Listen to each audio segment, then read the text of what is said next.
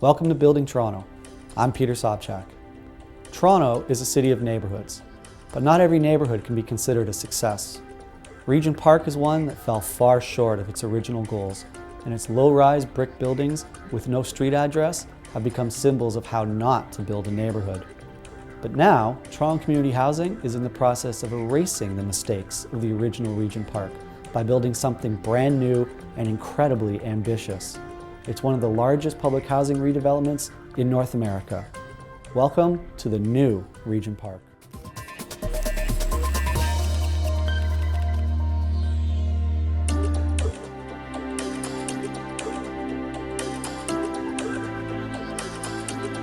What I had to do as a planner was to reimagine Regent Park, to develop a vision of what Regent Park could look like in the future.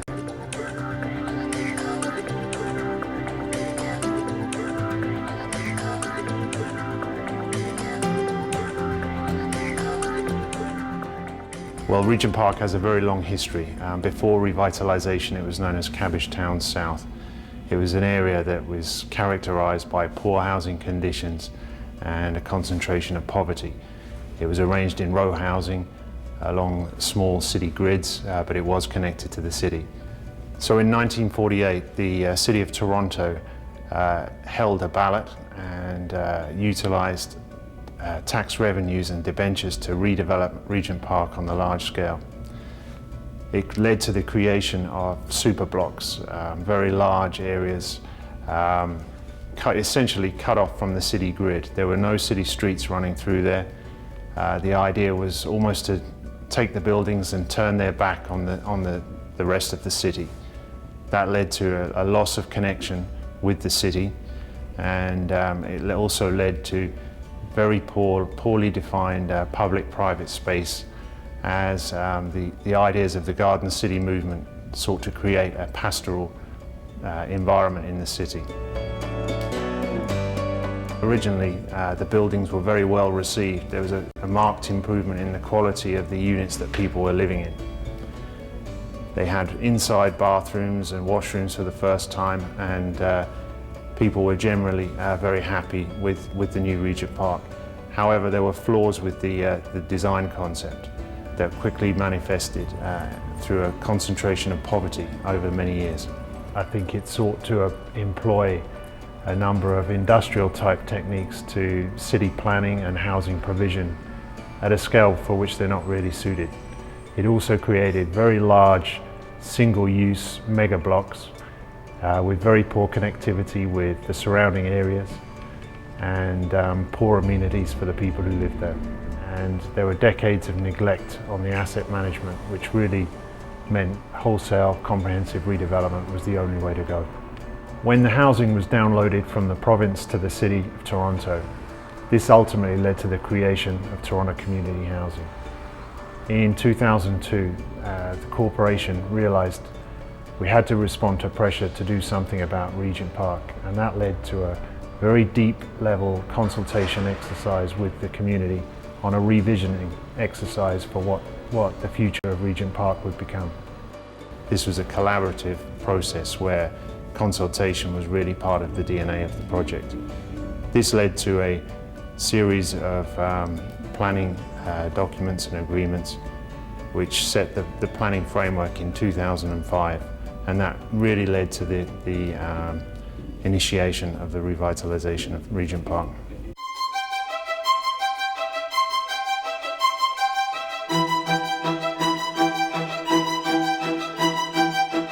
When we were doing the planning for Regent Park, we looked at other examples in other cities in North America, in the UK, Australia, and in other countries for similar kinds of neighborhoods to determine, based on that research, what would be an optimal mix and an optimal kind of density for Regent Park. And what we found was that there's no one correct answer. But what we did realize is that we have a very, very good example here in Toronto that we could build on, and that is the St. Lawrence neighborhood, which was planned in the 1970s and which many people from all over North America and all over the world, in fact, have been coming to see and to understand how it works. And so we looked at that neighborhood, we met with people who live in that neighborhood, who work in that neighborhood, and we had focus groups to figure out what works, what doesn't work, what can be improved. And that's what we used as the beginning point for Regent Park. We did not have a predetermined density, we did not have a predetermined idea of how many units there would be here. Those we knew would evolve and change. Instead of density, what we focused on was the built form. And that means what kinds of buildings and what do they look like and where are they on the block? How tall? How are they sculpted in space? That is much more important than density is an abstraction. It's a number which doesn't actually mean anything until you see what the building looks like on the ground. So this plan is grounded in what buildings actually look like. And that's what all of the rules and regulations are formulated from. The panel has been very helpful in terms of providing an overview, providing direction and guidance in terms of coherence to make sure that one project works with the other, that the whole ensemble of buildings become not to make them particularly similar, but to have a coherent quality to them and enough differentiation so that it'll feel like a real neighborhood in the city. So Toronto Community Housing put out an RFP looking for a developer to come in as a partner into Regent Park in phase 1. And we responded, and unfortunately we weren't selected. So we were not selected as a developer. And they went down a process with the first choice, and it didn't work the way they wanted it to. And it was very prescriptive. So the RFP was very prescriptive RFP saying, you have to do the following things. So there's a lot of check boxes. And Daniels had approached this from a completely different fashion. And we said, no, that's not going to work. Regent Park is too big, it's too important to be looked at in that fashion. You need to think of it as partnerships coming in together. So unfortunately, we weren't selected the first time round. Things didn't work out with the first developer, and Toronto Community Housing went back to the market and said, we need to go and find a new developer. We need to find someone new. And that time around, Daniels was selected as the developer for phase 1 of Regent Park, which was around 10 acres. The amazing success of phase 1, what you saw was a comprehensive approach to development. We went out and we said, people aren't going to suddenly believe in Regent Park. We need to go and actually demonstrate what's going to happen. So we actually built all of Regent Park phase 1 first before we went on sale. We started construction in 2006. Our first sale was in 2009. People didn't come to a presentation center to look at a model and guess what this would be like. They came to a presentation center, went outside, looked up at their unit, saw their balconies, saw their windows in place, knew that they were moving in. They could understand the changes that were happening in Regent Park, because the changes are incredible. It's not just structure, it's streets, it's interconnectivity, it's bringing back commercial. This is city building. Just to give you a sense of size, Regent Park has a population which is greater than Greater Napanee. It's a very large space in the downtown East Core. I would say that the primary objective is to reintegrate what became a kind of ghetto into the fabric of the city and make it more normal and have a mix of people and have the kind of city life that you would expect on the streets and sidewalks. Design is the art of compromise, and architecture is an applied art. Master planning is an applied art. So community involvement, particularly with master planning, is absolutely fundamental. When you're building a new community, a new neighborhood, that is the brief, apart from the number of units and so on and so forth. I think consistency is of limited value. Why? When you're designing a neighborhood,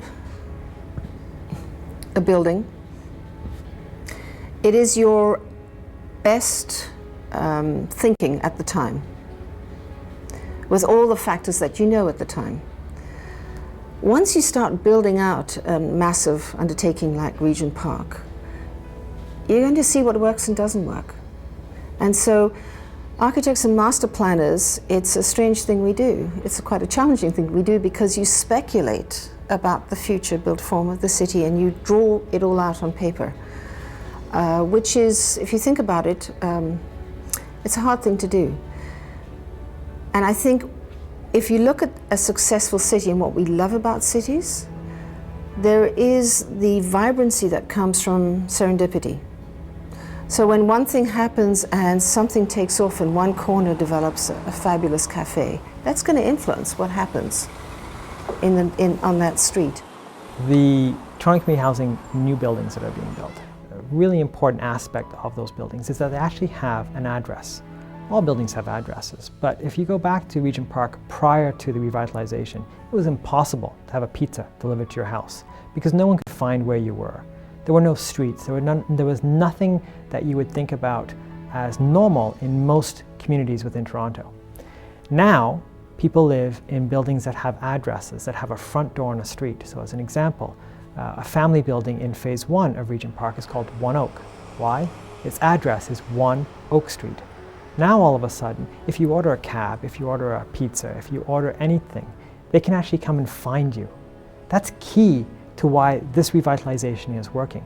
There are new streets being built, there are connections, there's the ability for people to actually walk through a community, where in the past they would be isolated from the surrounding community and it would be impossible for you to go back and forth between the two areas.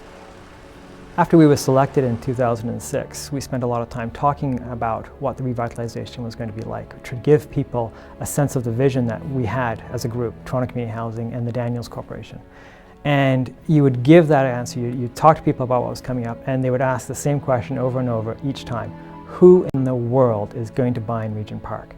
So for 2006, 2007, 2008, every interview, that was the only question that really was coming out. Who in the world is going to buy in Regent Park?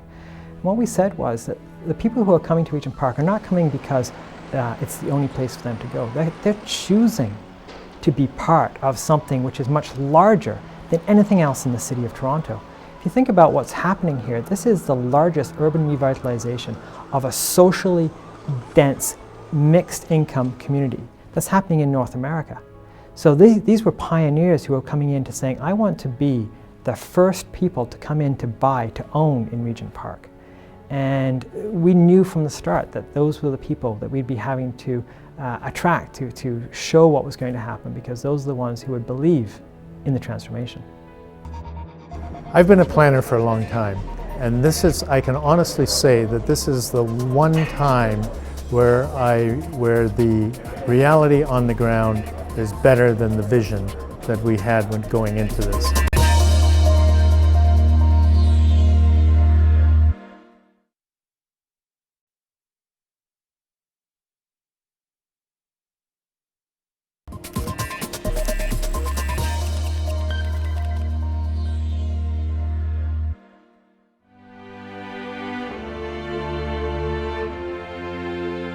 The plan for Regent Park was always intended to evolve and to change and to respond to different circumstances as time goes on. As we built the first phase, there were things that we learned that worked better, perhaps, than we thought they would, or some things that didn't work as well, and that we had to adjust as a result in both the first phase and the subsequent phases. Phase 2 is the largest single phase of redevelopment at Regent Park.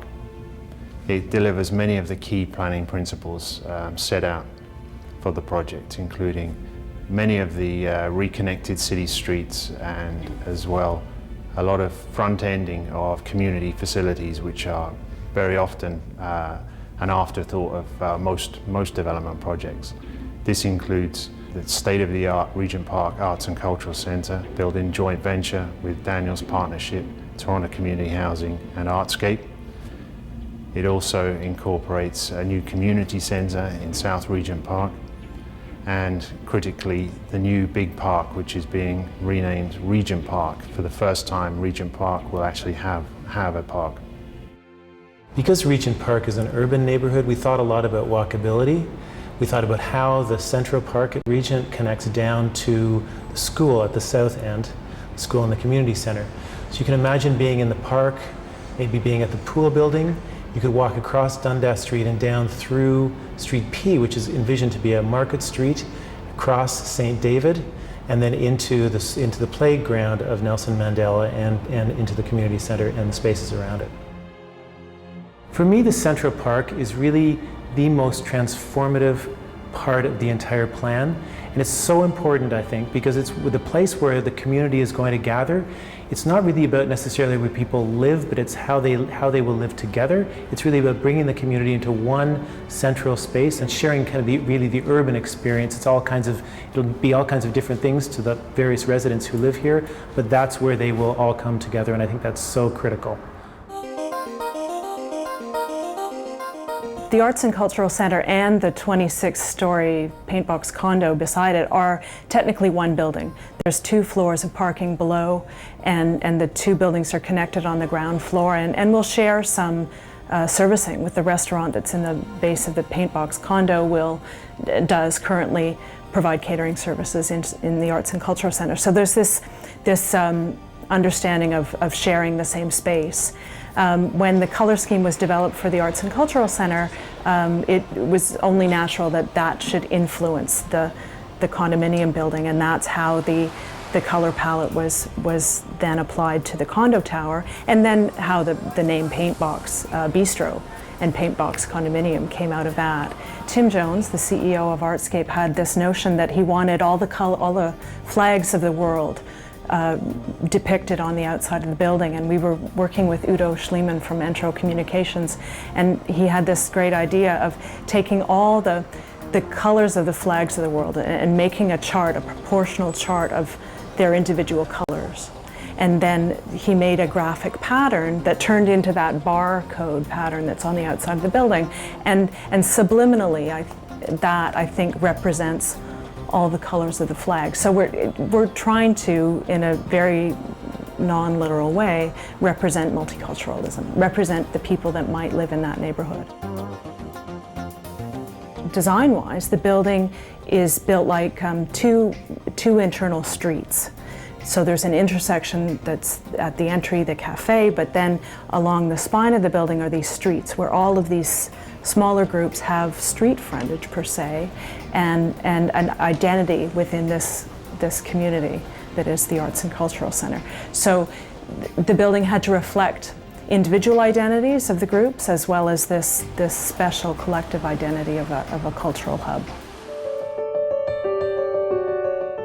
One of the things that really excited us about this project was the idea of helping ultimately tie the fabric of the new development back into the city. And what the Regent Park plan is all about is really stitching this part of the city back into the surrounding context. And this project and this perimeter block building really does that. It does that by reinforcing the streets and building a very clear identity for the streets, and then those streets extend back into the surrounding community with the grid.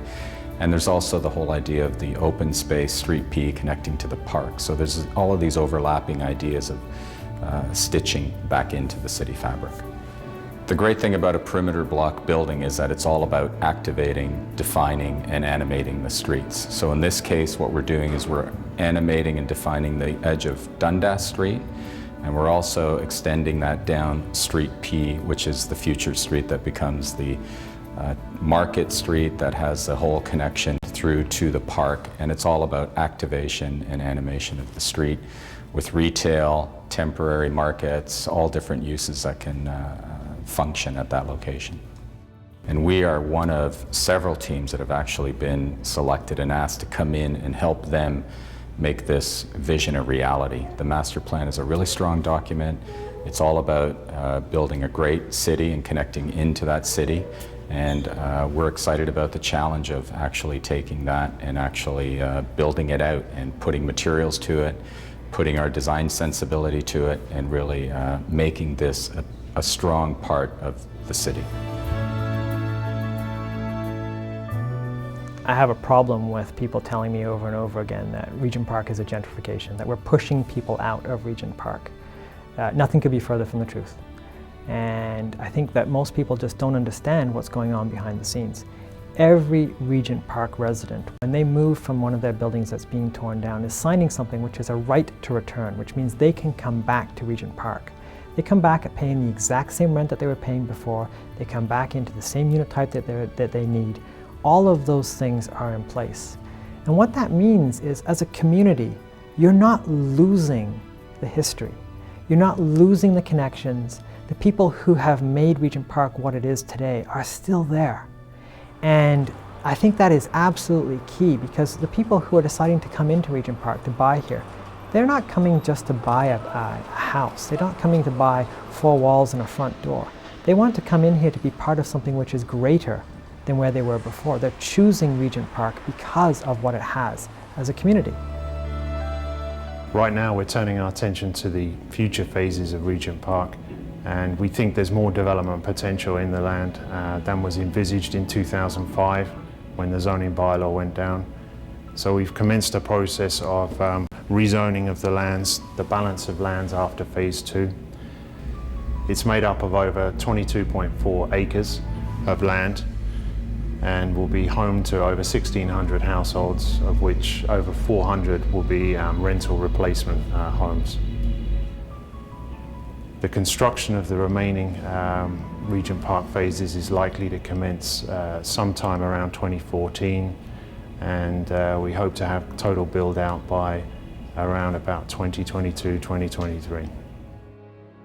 One of the most important things to understand about the revitalization is that in the past, Toronto Community Housing, or the Municipal Housing Company, acted like an umbrella. It owned everything. It was like an umbrella over the whole 69 acres of Regent Park. We're committed to working with other players, breaking up the ownership and encouraging other investment and new owners, new landowners into the project.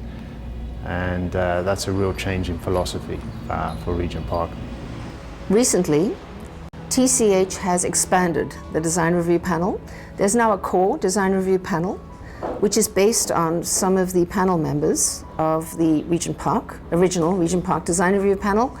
And now there is a north panel and a south panel with additional people. And the idea is to review all of their developments.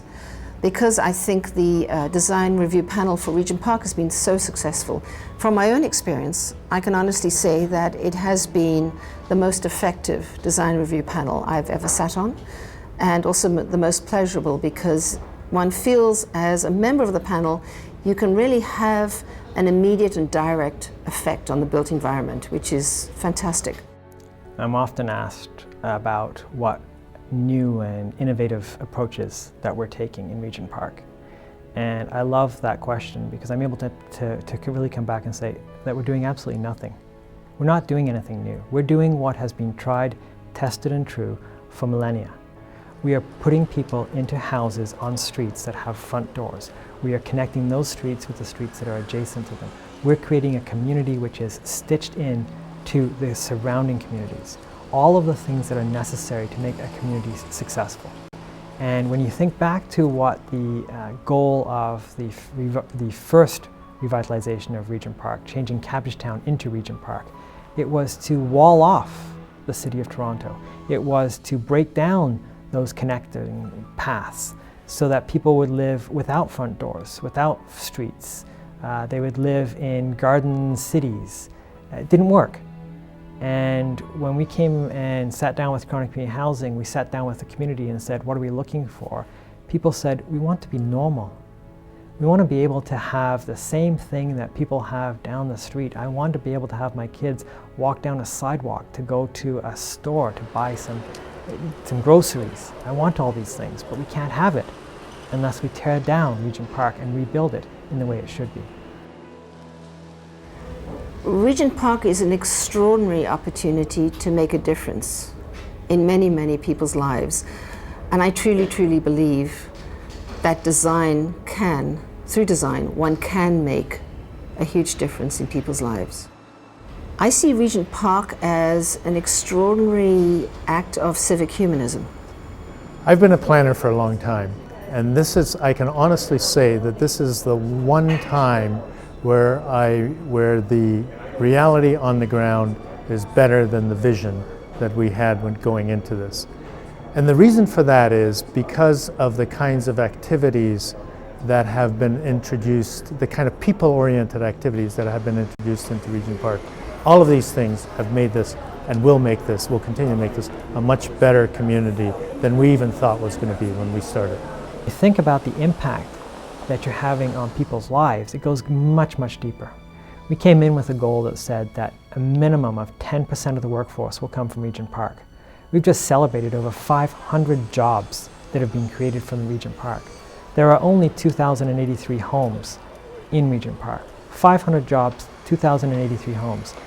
More than 20%, close to 25% of the community has been touched through the revitalization with jobs, with opportunities.